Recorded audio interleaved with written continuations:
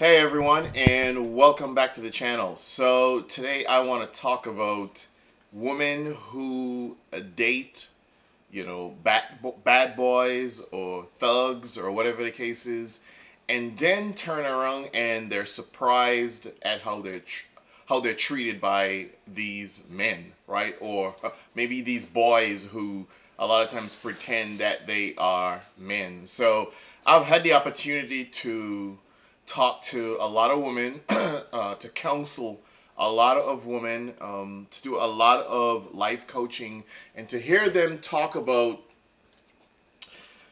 the fact that they were so attracted to, somebody because he was a bad boy, or they liked him because he was a thug, or whatever the case is. And one of the things, well, anyway, before I get into all of that and get deeper into that topic, if you're not already subscribed to the channel, please go ahead and subscribe. Also, don't forget to turn on your post notifications, so hit that bell. Please don't forget to share and hit the like button, because those two things help the channel grow, so I'll appreciate if you do that. And also, please leave your comments down below. You can always go back and check out my other content now that I got all of that out the way. One of the things is I don't understand how I've heard some women say that they want a little bit of bad boy. So they want him to dress in the suit and the tie and all that type of stuff, but then they still want him to be a little bit hood, or they still want a little bit of bad boy. I don't know how you quantify a little bit of bad boy, or you want him to be a little bit thuggish or hood or whatever the case is. But I've heard a lot of women say, look, yeah, I don't want him to be all thug, right? But I want him to have a little bit of that rough, thuggish, bad boy type of stuff. So I don't know how you measure that. And if somebody knows the measurement or exactly what that looks like, so please leave that in the comments. How do you measure a little bit of bad boy? Like, how do you gauge that somebody's a little bit of a bad boy or a little bit of a whatever? So anyway, and then there are women also that I've worked with, that I've coached, who they like thugs, right? They like bad boys. And interestingly enough, one of the reasons why a lot of these women are attracted to bad boys is because they believe there is this myth that exists out there. Excuse me. There's this myth that exists out there that bad boys, sexually, they're supposed to be like this king in bed. They're like the lions in bed, or whatever the case is. So apparently thugs are really good at sex. And if you're not a thug, maybe you're good, but maybe not that good, I guess, based on what I've heard from a lot of women, that thugs are supposed to just be so great at sex. So thugs are really good in bed, and bad boys are really good. I don't know where people got that from. Maybe it's because somebody dated a whole lot of bad boys, or whatever the case is, or thugs, or whatever and then maybe, they were performed well sexually and all that sort of stuff. But yeah, I think that theory is kind of something that's all the way out there. Anyway, so there's that myth that a lot of that I've heard from a lot of women, that they like to date bad boys because somewhere in their minds they're convinced that bad boys sexually are going to be able to satisfy them in ways that a non-thug or a non-bad boy is not going to be able to satisfy them the same way. The other part of this is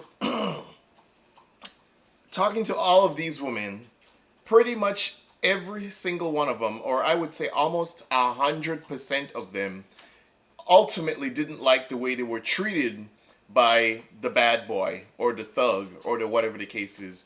Because I think, as much as it's kind of like window dressing in some type of way, as much as they wanted him, or the mystique of wanting the bad boy, or that mystique of wanting the thug or whatever the case is, I think some women, and not think, I know, because from discussing this with them, a lot of them felt like they could change these men, right? So they felt like, well, yeah, he's all gangsta or thuggish or whatever the case is, but once he gets with me, that I'm gonna be able to change him a little bit. And so that's what a lot of these women would say. Well, I think I'm gonna be able to change him just a little bit, so that he's still got his little hoodish ways, but at the same time he's not all just out there. what thugging or whatever the case is, and they realize that that is not going to happen. 9 point maybe 9 out of 10 times that is probably not going to happen. You're always going to have the odd cases here and there. You're always going to have that point one here and there. But the for the most part, they're not able to change these people. You're not able to change them because that's who somebody believes they are. And then a lot of these women now would tell me that they'll say, well, you know who I was when you first started dating me, right? So you knew this is how I was, or this is how I carried myself, or this is how I be. When they get embarrassed in public, or embarrassed at family functions, or embarrassed in whatever situations, and they're trying to get these guys to do certain types of things now, and then they don't want to do it, and no, they're gonna turn around and tell them, well, this is who I was, and you're the one who decided to be with me, and this is who I am. And then they hear the famous, I'm gonna keep it real, right? They hear these guys tell them that I'm gonna keep it real, or I always keep it real. And even if keep it real could be ignorance, they're still gonna keep it real. And then, because sometimes women have this way of thinking that they could shape and mold and change and carve and get someone into convert someone into who they want them to be. And with a lot of these women that I've had in coaching sessions, they were not able to be able to get these bad boys or these thugs to be able to do what they want to do.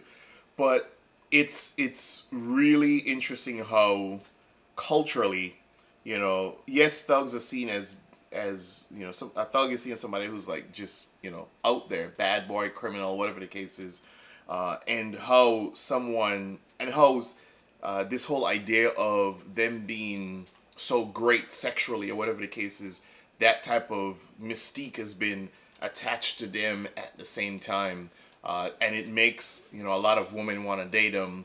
But as I said, I don't know how you quantify a little bit of bad boy. Like, what is just a little bit of bad boy? Like, how do you measure that?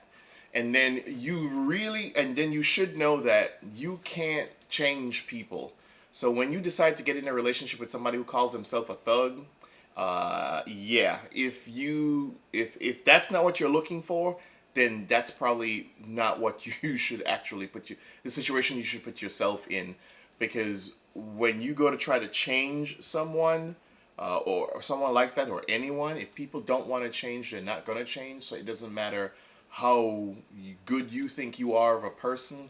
If that's who someone wants to be, then that is exactly who they're gonna if that's who they choose to be, that's who they're gonna be. So, that's, as I've said, I've seen a lot of women decide that they're gonna date these bad boys. They're gonna do whatever the case is because there's something about the bad boy, and that kind of mystique. And I think it's also a masculinity thing as well. I think some people see the bad boy as being this ultra hyper masculine type of person, masculine male, type of person. And so he brings this kind of bravado. I think sometimes it's the bravado that people are attracted to, that women are attracted to, that he's this kind of hyper masculine person and he has this bravado, seemingly in control of things, seemingly in control of life, talks a good talk.